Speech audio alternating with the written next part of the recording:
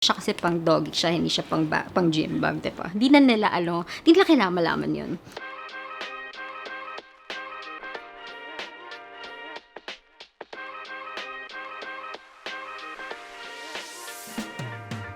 Hi everyone! Welcome back to my channel. This is Amy, and today, after discussing about the holiday gifts that we might want to give our loved ones, I'm going to discuss about the most requested topic, all about bags. You know, you cannot start your classics collection if you don't know the basic know-hows of the must-haves. So today, that's all we're going to talk about.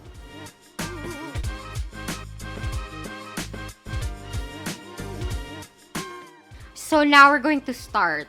Number one is, of course, our everyday bag. It's the most practical bag that you'll ever have. Bago ka magkaroon ng lahat ng special kinds of bag, eto muna yung dapat na meron ka. This is what we call our pangharabas bag. Eto yung, panggasgasan, panglapag, pag nagko-commute tayo, or basta when we go to places, this is the only bag that we need. We put our basics, our necessities, our toiletries, everything, just basically everything that you need. This is what we need. So, for this kind of bags, what you need to put in mind when buying one is that it's number one, super tibay, it's durable. Number two, it suits all the kind of clothes that you're going to wear. So, for this, I suggest you can get mga neutral colors. Pero not very light because sometimes the color of your clothes are prone to color transfers. So, mas maganda medyo nasa tayo, sa mga neutral tones or mga darker tones kapag yung everyday bags ang pinag-uusapan. So, one example of this kind of bag is my favorite go-to bag, the Lindy. My Lindy is a size 34. It's a perfect mommy bag for me because not just the basic needs that I need, I can put in my wallet, my coin purse, my card case, my keys. Sometimes it fits my notebook, my pens. It depends kasi kung gano'ng karami yung dinadala mo day to day. But for me, even if marami yung dala ko, konti yung dala ko, favorite ko to kasi hindi siya basta-basta magagasgas, hindi siya madaling masira. I chose the leather to be clamans kasi for bags that lose its structure, mas maganda yung mga ganito, yung makakapal na klase ng leather kasi hindi na siya madali nagagasgas or hindi siya madali nagko-color transfer kasi may grains yung leather niya. So, the Lindy comes in different sizes. So, depende kung gaano ka kaliit, gaano ka katangkad. You go and choose the size that you need. But I'm not saying that everyone needs to have a Lindy for their everyday bag. You can consider any brand or you can also go brandless kesa mag-patronize tayo ng hindi totoo. That's the number one rule. Kasi, aside from your everyday bag, sometimes, hindi mo naman pwede ipagkasya dyan yung laptop mo, yung mga documents mo that you need to submit to your bosses or your presentation. So, I think it's a must to have a work bag. For work bag, I suggest you to have your tote bag. Kaso, ako, hindi ako mahilig sa tote bag. Shoulder bags lang yung pinipili ko for tote. But, recently, since naglabas ng book tote ang Dior, ang laki niya, diba? So, yon, aside from being a work bag, pwede mo rin siya maging everyday bag. Pwede mo lagay lahat ng gamit mo. Maglagay ka na lang ng divider so you can put your personal things and then you can shoot your laptop inside and basically everything that you need. One example of your tote bag, kasi di man lahat gusto ang diretso lang na bag kagaya ng book tote, you can opt for St. Louis na Goyard. Or pwede rin the Neverfull. Basta anything that's like a tote. There are two types of tote. Yung box type, like the book tote. Or on the go. Yan, mga uso yan ngayon. And there are those kinds na matagal na talaga nag-exist. Like Neverfull, the Goyard. And in this case, for a tote bag, my favorite and my go-to is the Goyard. It's in my favorite color, purple. So, again, it's your choice sa brand ng bag na gusto mo. Hindi lahat ng preferences ko or lahat ng sinasuggest ko are the ones that you need to have. These are just an example of the bags that I'm discussing kasi kailangan natin ng iba't ibang klaseng bags sa iba't ibang klaseng needs. Para lang rin yung sapatos, damit, Hindi pwedeng naka-rubber shoes ka pag aalis ka for formal. Ganun din siya sa bags. And in light with that, it's also important to have at least one that you can use for formal events. Hindi mo pwedeng dalhin yung mga big bags mo to special occasions. Like, kunyari, a-attend ka ng debut, a-attend ka ng wedding, a-attend ka ng events, a-attend ka ng premiere night. Pag celebrities, it's either they don't have a bag or they have really small clutches. And my favorite, yung Minodier. Oh, alam ko na, di ba? So, for me, a good investment clutch, regardless of the brand, are metallic ones. Kasi they really go well with everything that you wear. And especially pag evening, we choose a different kind of palette as compared to our everyday wear. Ang go-to evening bag ko is my Swarovski Judith Lieber clutch. This one is not only clutch, but it also comes with a sling. So, 2-in-1 siya. Pag napagod ako, at least, I can use it on my shoulders. Hindi siya mawawala. But, basically, I love carrying small bags this way. Hawak mo lang siya kasi, pag ganito, mas class siya tignan. Lalo na pag naka-long gown ka, naka-formal wear ka, or just you're wearing something dressy. Hindi siya awkward tignan kapag naglalakad ka, or lalo na when you have your photos taken. It doesn't take away the attention to your outfit as well. This one naman is a Dior.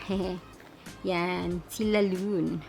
They came out with several variations of this one. Para lang siyang wallet. So, ganyan. You only have to put in your money, some cash, cards. If you're a lipstick kind of person, at least may pang-retouch ka. But for me, hindi ko siya nilalagyan ng ganun kasi ayoko nagbabulk yung bag ko. This one, hindi kasha ang phone. But usually naman ngayon, sa panahon yun, ang phone, lag nating hawak because Instagram is life. After our clutch, ito, mas malaki naman. Let's go to our weekender.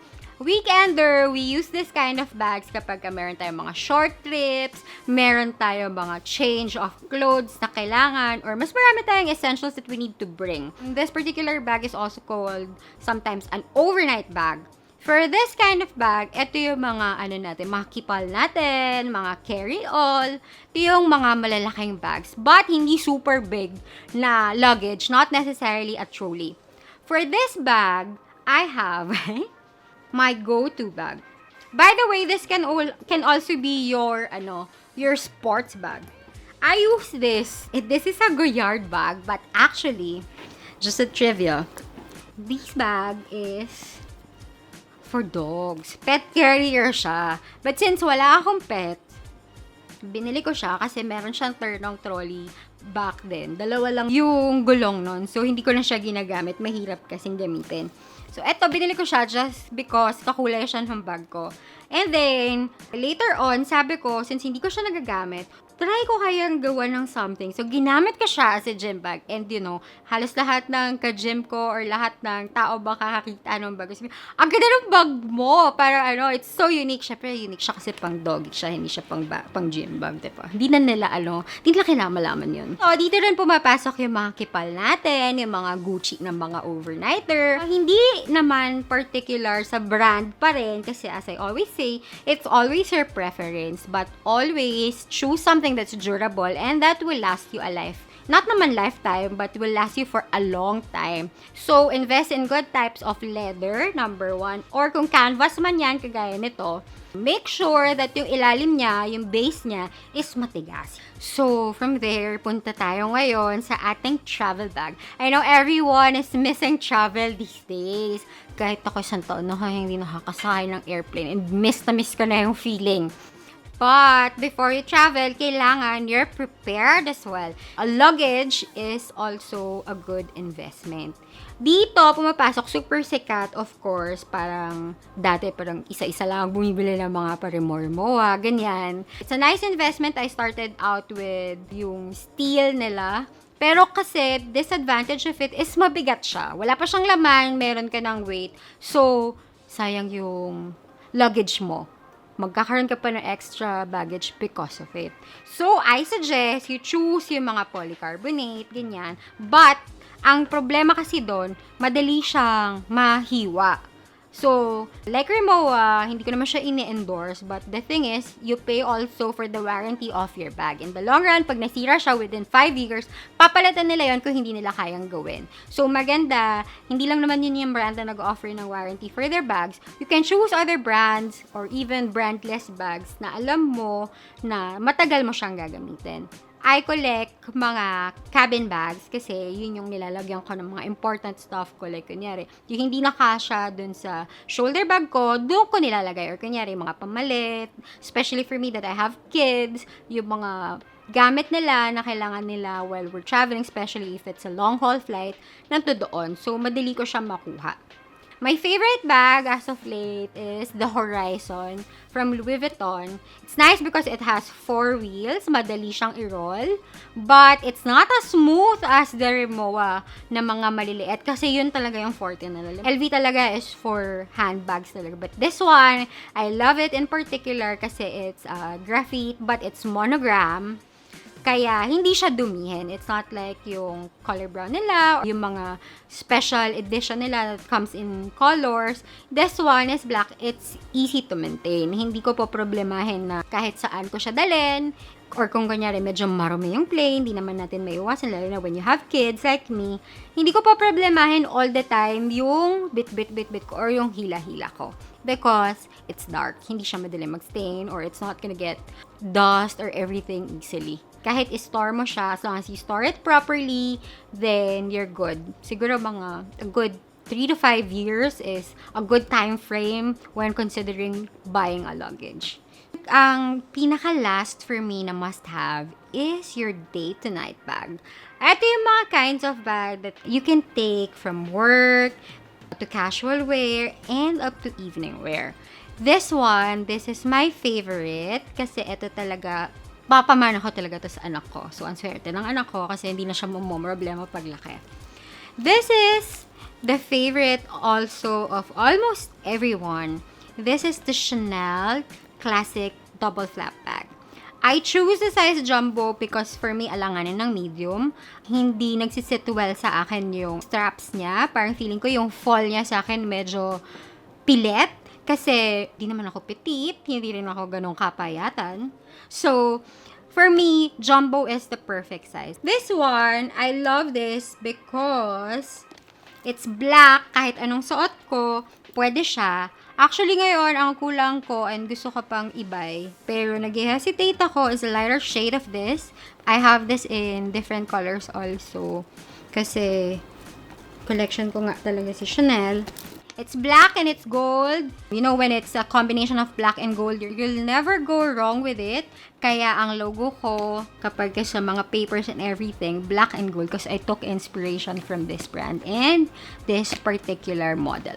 So, yan. This comes in different sizes. Meron tayong small. Ang timeless flap, ang classic flap, it comes in small, medium, and then they discontinued the large and then they called it the jumbo. Mas malaki siya ng konti sa dating large. Ngayon, after the jumbo, there's a bigger one. It's the maxi flap. Actually, some people call it the holy grail kasi ito nga talaga yung one bag that most of the ladies want to have at least in their lifetime. Ang taray, diba? Again, necessarily, hindi lahat ng choices ko at choices ng lahat. It's not about the brand, it's about the functionality of the bag that you're going to buy or invest on. Later on, kapag kagaya ng ginagawa ko pag naipon na natin yung para dun sa budget natin para sa particular bag, then that's the time that we buy at least one. Invest on good pieces. Hindi mo kailangan magkaroon ng sobrang dami. Ang kailangan mo, those pieces that will last you for a long time. Kasi that's value for money. Especially now, kailangan we're very practical in our choices. And price hike is waving all the time. I think that's pretty much about the discussion for today. Next time, I'm going to discuss the brands that are good for investment and for starting a collection naman. But before that, doon naman tayo sa favorite topic ko na medyo hindi naman favorite ng lahat. Shoes. What we need to know about shoes. Shoes 101 tayo next time. I'm going to see you on the next episode. Don't forget to like, subscribe, and comment down below, especially on the topics you'd like to discuss on the next episodes. And of course, that bell button, please don't forget to press it so that you'll get notifications on the next uploads and the next episodes we're going to have. Bye! See you soon!